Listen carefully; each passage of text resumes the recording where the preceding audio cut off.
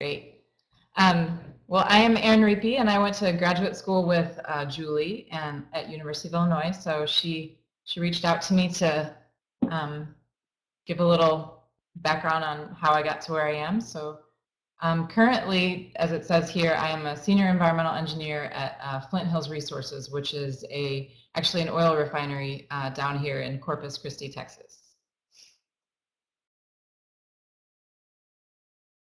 Let's see. Okay.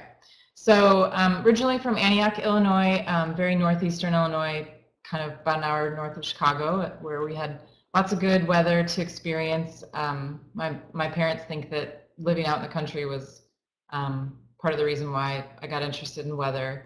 My parents were both pretty big into, taking us on camping trips and outdoors type stuff. And Julie says she can't see me.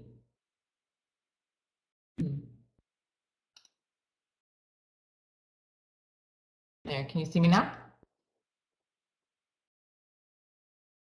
There we go. Okay. Yeah, so my parents were both pretty big into the outdoors, and my dad is actually a geologist, so that's I think probably where I got my natural sciences background. So I went on into, he actually is a professor at College of Lake County, so that's where I did my first 2 years, just taking science classes and that sort of thing. And it was interesting, the very, like right at the beginning of my college career, I was talking with a counselor, and we were talking about, well, my interests were either meteorology or psychology, and she said, well, go ahead and just, if you're not sure, just start with the requirements for meteorology, and it's a little bit easier to switch over to humanities. So I got started on that path, and I haven't changed. So so I got an Associates of Science at College Lake County just because it was free, because my dad taught there, and then I made sure all my classes transferred to U of I. So that's where I did my the rest of my bachelor's, and then I ended up staying there as well for my master's degree. So let me think if, and I'm looking to the left because that's where I can see my PowerPoint. But so actually, what I was going to say earlier is that my parents kind of thought that because we grew up in the country and could see lots of the storms roll through, that was where I got some of my interest in the weather. And just kind of, having a bit of an adventurous spirit, I think lends itself to, wanting to chase storms and getting excited about that sort of thing. So that's how I got into the meteorology. While I was at school, I kind of made an effort to participate in some various, I don't know, you say workshops or weather camps, you might call it, at different universities. I did one right away at University of Wisconsin over the summer, and then I think maybe the next summer I did like a 2-week course on all different types of well, it was mostly just on forecasting at the University of Northern Iowa, and then I went over to University of Northern Colorado for another week or two, and we set up meteorological stations in the mountains and that sort of thing, and it was really fun. And then I also did some assistant work for Donald Webbles, who I later went on to do my graduate work with. So I would say I mostly just organized his office as an undergraduate, but I did some just some simple web-based searches as an undergrad, and that's kind of how I made my way into graduate work. So I did want to go probably to another university. It just didn't work out. I didn't really get assistantships anywhere that I was accepted. So Don offered me an assistantship, which I would say, if you're going to do graduate work and you're in science, you almost never really want to go and actually have to pay for it. I think most of the time, although it might be changing with the economy and lack of grants, but I would say most of the time students can get some sort of financial assistance, either in the form of, it's considered very part-time work as a research scientist, or you could also do teaching assistance, which is what Julie and I did. That's where I first met Julie. I was an undergrad there, and she was my very first kind of exposure to the atmospheric science department. She was my discussion leader for Atmos 100. So let's see. She kind of, exposed me to it a little bit, and then because she also explained how to do the undergraduate program, which at the time was not an official major. We had to kind of go about things on our own and basically we ended up just taking graduate classes. But I do know that they have an undergraduate major at that university now. So let's see. You'll probably ask me about a lot of the classes. Well, like my counselor indicated, a lot of them were math and science. So I was always really strong in math and science growing up. Always in honors classes throughout my elementary and high school years. And it definitely got harder when I got to college. I think in a way, sometimes with math, you might be more inclined to be better at calculus, or you might be more inclined to be better at algebra or trigonometry or geometry, because they're all very different. So it took a lot of work once I got to college. I did fine, but I was the type of person that would have to be working pretty hard on all my homework assignments. So didn't come too easy, but very satisfying when you figured things out. I think, as you saw, I also did an undergraduate minor, I guess, in chemistry. So I wanted to, I always had a little bit more interest in chemistry than I did, say, in physics or biology. So I added that to it because I thought I might go into something more like atmospheric chemistry, which is what I later on took a couple graduate courses in. And I also started to, I worked with, so I mentioned Don Webbles, he was my graduate advisor. I worked with him, and he is, let's see, he is a global climate researcher. And so I kind of started to, as you go into graduate work, you obviously are going to pick something to focus on. And I went sort of a more environmental angle. You can do things like, I don't know, precipitation physics, or study tornadoes, or study ice storms. Or you could really narrow it down. So I kind of narrowed it down to more atmospheric chemistry and more of an environmental edge to it. So I started taking, at the same time, I started taking some environmental engineering courses across campus. So that was kind of my angle. Part of it was that I kind of thought that might have a little bit more of a solid future as far as, career, and it's a little bit harder to go into specifically forecasting, or, I think a lot of meteorologists are like, okay, what am I going to do? So I took the environmental route because I thought that would be more, fairly lucrative, and I was interested in it, so it worked out really well. So my work history, besides, you can consider your graduate work as your work history as well, but shortly, a little bit longer after I graduated, I took some time to travel and play, but which I'm really glad I got out of my system.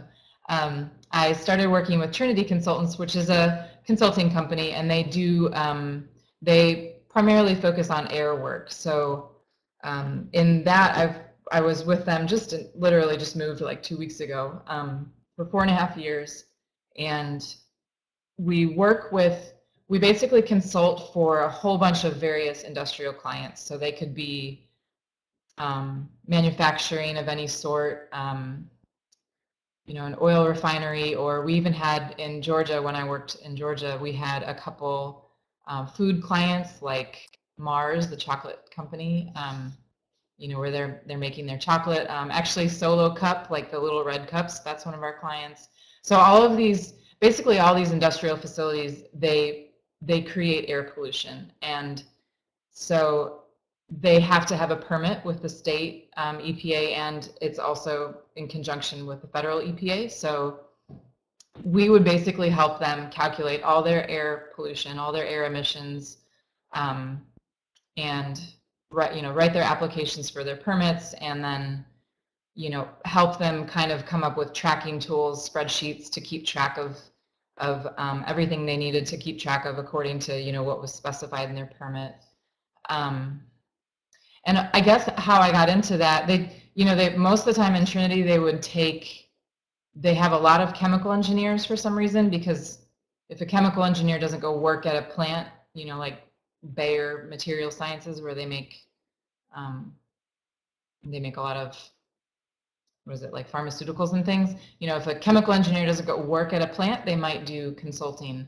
But they did take meteorologists because in consulting for this company, we did a lot of what's called air dispersion modeling.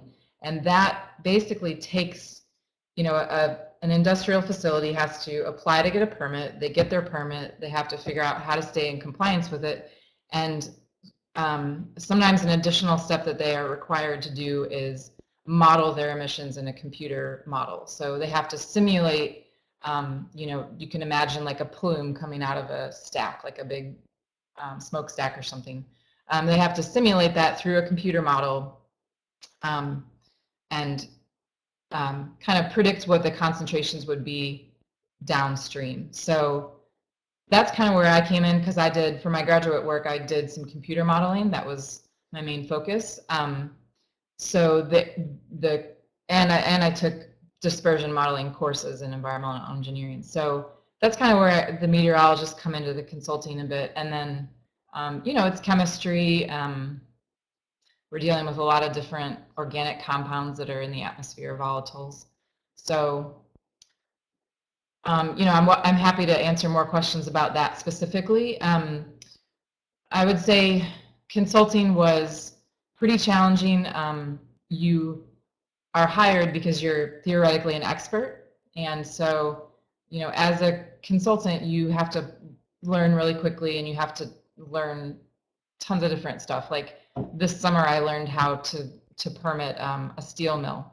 I mean, I had never worked on a steel mill before. So you learn it really quickly. You know, a lot of the formulas and references that we use are really similar for a lot of different companies, but you know, we had like a paper mill, pulp and paper mill, or I had a couple lumber mills. So anyway, so it's pretty fast paced, and your clients a lot of times want a product yesterday. So it was pretty, you know, you work a little bit longer hours, because it's also partially sales. You do a lot of, you know, you want to keep your clients, and so it was, I learned a ton, and I was really thankful that I learned so much, but I think it was a little bit too, you know, just a little bit too trying on the nerves. So I learned of an opportunity back down here in Texas. So I actually started my career with Trinity in Texas for just shy of 3 years, and then I kind of wanted to move somewhere else. I have some family in Atlanta, and it's just really pretty there. So I moved with Trinity, and I basically worked in the Atlanta office for just shy of 2 years, but I actually left a boyfriend here, so came back to Corpus, but not with Trinity. So I took a job with Flint Hills Resources, which is an oil refinery, and they have about over 20 people in their environmental staff. So that includes solid waste and water treatment, and then air. So I joined the air group, and I just joined last week, so I haven't done too much yet, but I'm responsible for doing a lot of their reporting. So they have to report on, you know, whether or not they're in compliance with their permit.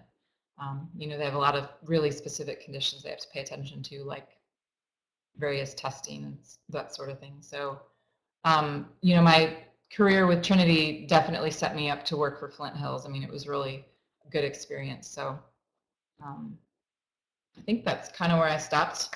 I think that was about 15 minutes maybe, but I just wanted to field questions. So go ahead if you have anything specific. And that picture is real, and I thought it was so cool. I just randomly found it just now that it kind of looks like a question mark. So I still follow weather. Now I'm down here by the hurricanes, potential hurricanes, so still follow it, and people expect me to know what the weather is as well. But Julie, I guess people can just type in questions at the chat center, chat room. So.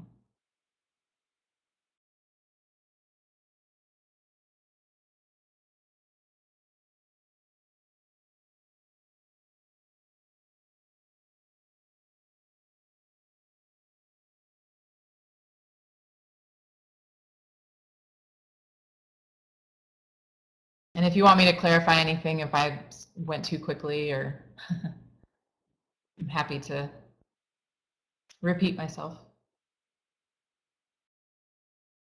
Yeah, that cloud is pretty cool.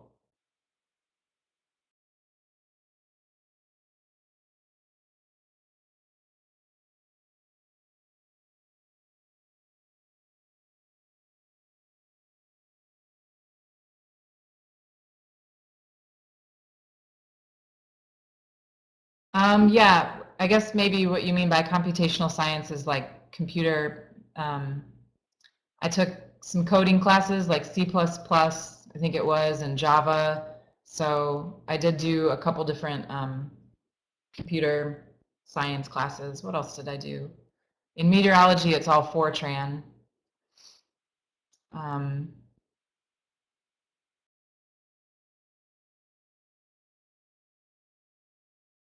Also, I guess when you take physics classes, you did a lot of work on Linux computers, so you learned a lot of that in the end. It took a lot of classes with engineering students.